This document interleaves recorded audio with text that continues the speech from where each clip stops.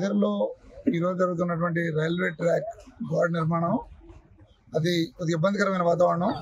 మదిరకి నిత్యం 2 రాష్ట్రాల నుంచి కూడా మెయిన్ రోడ్డు మీద వ్యాపారం ఉంటుంది.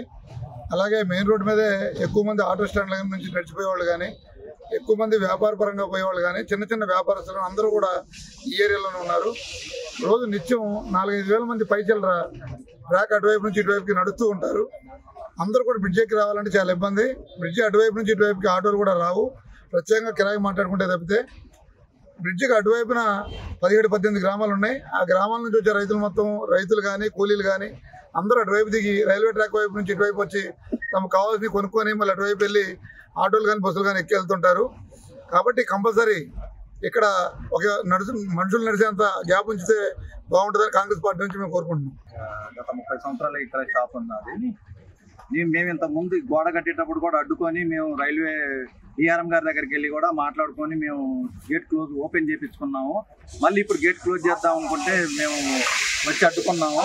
ఇప్పుడు మాకు పార్టీ వాళ్ళ తరఫున అందరి తరఫున మాకు సాయం చేయాలని చెప్పి మేము కోరుకుంటున్నాము.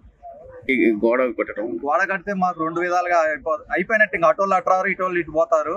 మాకు చాలా నష్టం జరుగుతుంది. వ్యాపారస్తులు అందరూ చాలా ఇబ్బందులు పడతారు. దాన్ని దృష్టిలో పెట్టుకొని మాకు దారి ఇచ్చేటట్టు చూడగలరని మేము కోరుకుంటున్నాం. ఈ గోడ నిర్మాణం కడితే సుమారు ఎంతమంది జీవన వేల మంది అవుతారు, వందల కుటుంబాలు పోతాయి, వేల మంది అయిపోతారు, ఇబ్బందులు పడతా ఉంటారు. మదిర నియోజకవర్గ కేంద్రమైన మదిరలో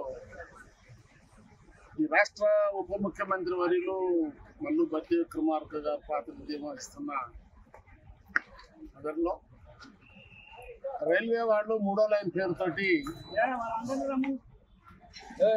ఈ మదిరని 2గా విభజించేటట్లుగా ఒక ప్రయత్నం జరుగుతుందని చెప్పి గతంలో అనేక సందర్భాల్లో ఇక్కడికి వచ్చిన ఉన్నతాధికారులు కావచ్చు, ప్రజాప్రతినిధులు కావచ్చు, కేంద్ర మంత్రులు కావచ్చు, అనేక దఫాలుగా మదిరకి ఆర్యూబీ ఇవ్వండి, ఈ మదిరని రక్షించండి, ఇక్కడున్న వ్యాపార వర్గాలు పూర్తిగా నష్టపోయే పరిస్థితి ఉంది, మదిర టౌన్ని 2గా విభజించబడతా ఉంది, ఉన్న చిన్న కొద్ది టౌన్ కూడా 2గా విభజించబడేటట్టుగా ఈ ఆర్యూబీ ఏర్పాటు చేస్తే కొద్దిగా ఇక్కడ ఉన్న వ్యాపారస్తులు కానీ ప్రజలకు కానీ సౌకర్యవంతంగా ఉంటుందని చెప్పి అనేక సందర్భాల్లో విజ్ఞాపనలు, వినతి పత్రాలు ఇచ్చినా ఉన్నపోతు మీద వాన పడ్డట్టుగా ఉన్నది తప్ప ఈ అధికారులకి కనీసం ఇక్కడున్న అవసరాలేంటి, ఇక్కడున్న ప్రజల బాధలేంటి, ఇబ్బంది ఏంటి అనేది కనీసం కూడా అవగాహన చేసుకోక గత 4 రోజుల నుంచి ఇక్కడున్న కాంట్రాక్టర్లు, రైల్వే అధికారులు అడ్డంగా గోడం కడతామని చెప్పేసి భీష్మించి కూర్చోవటం అత్యంత బాధాకరం. ఇక్కడున్న వ్యాపార వర్గాలు పూర్తిగా ఆందోళన చెందుతూ ఉన్నారు, ప్రజలు ఆందోళన చెందుతున్నారు. నిత్యం ఈ యొక్క రైల్వే పాస్ నుంచి అటు ఇటుగా కొన్ని వందల మంది తిరుగుతూ ఉంటారు.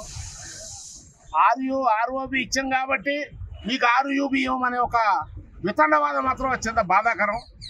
ప్రజల సౌకర్యార్థం చెయ్యరా మాకు అర్థం కాక అడుగుతున్నాం. అనేక చాట్ల ఇచ్చారు, ఈ రాష్ట్రంలో అనేక చాట్ల ఆర్ఓబీలు ఉన్న కాడ కూడా ఆర్యూబీలు ఇచ్చిన సందర్భాలు ఉన్నాయి. అసలు ఆర్ఓబీ ఎవడు ఇమ్మన్నాడు వీళ్ళని, ఎవరు అడిగారు ఆర్ఓబీ గురించి? ఆ రోజు కూడా మాకు తెలుసు 2001లో మేము అప్పుడు కూడా ప్రొటెక్ట్ చేసాము. ఈ ఆర్ఓబీ వల్ల ఎవరికి ఉపయోగం ఉంటుందో మాకు చెప్పాలని చెప్పి. కాదు గేట్లు తీసేస్తున్నాం కంపల్సరిగా అది ఇస్తామని చెప్పి వాళ్ళంతటా వాళ్ళు ఇచ్చుకొని వాళ్ళ ప్రజలకు అవసరమైన దాన్ని ఇవ్వమంటే మేము అది ఇచ్చాం కాబట్టి దీవన్నారు. అదే విత్తనవాదం అర్థం కావట్లేదు. ఇది ఏమైనా ఇక్కడున్న ప్రజల ఆందోళన గమనించి అధికారులు కానీ ప్రజాప్రతినిధులు కానీ దీనికి పరిష్కారం చూపించకపోతే తప్పనిసరిగా ఇది పెద్ద ఎత్తున ప్రజాందోళన దారితీస్తుంది.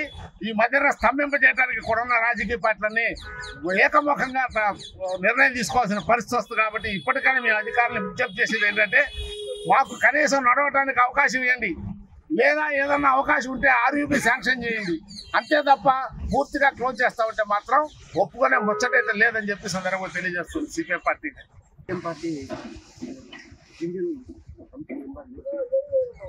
గత కొద్ది రోజులుగా ఈ రైల్వే అండర్ బ్రిడ్జి కావాలని చెప్పి పోరాటం నడుస్తూ ఉంది.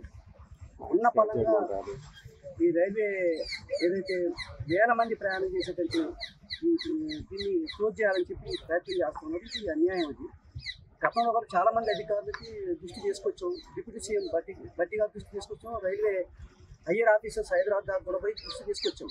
ఏ అధికారి దృష్టి తీసుకొచ్చినా ఇది డిపిఆర్ అయింది చేస్తామన్నారు తప్పితే ఇంతవరకు దీనికి ఏమాత్రం కదలికలేదు. ఈరోజు రైల్వే కాంట్రాక్టర్ కంప్లీట్గా దీన్ని మోతేసి తన పని తను చేసుకోవాలని చెప్పి ప్రయత్నం చేస్తున్నది. ఇది మధుర ప్రజానీకానికి ఒక రకంగా చెప్పంటే గొడ్డల పెట్టు లాంటిది. ఈ నిర్ణయం అనేది ఖచ్చితంగా ప్రజలంతా తిరగబడతారు. రానున్న కాలంలో ఏదైతే ఈ ప్రజల అవసరం ఉందో ఆ అవసరాన్ని దృష్టిలో పెట్టుకొని రైల్వే అధికారులు, ఇక్కడ ఉన్నటువంటి డిప్యూటీ సీఎం గారు, అట్నే ఈరోజు అధికారంలో ఉన్నటువంటి బీజేపీ, ఈరోజు రాష్ట్రంలో కేంద్ర మంత్రి ఒక కిషన్ రెడ్డి గారు, వీరందరూ జోక్యం చేసుకుని దీంట్లో తక్షణమే మగర ప్రజల ప్రయోజనాలను దృష్టిలో పెట్టుకొని అండర్ బ్రిడ్జ్ ఇవ్వాలని చెప్పి డిమాండ్ చేస్తా ఉన్నాం.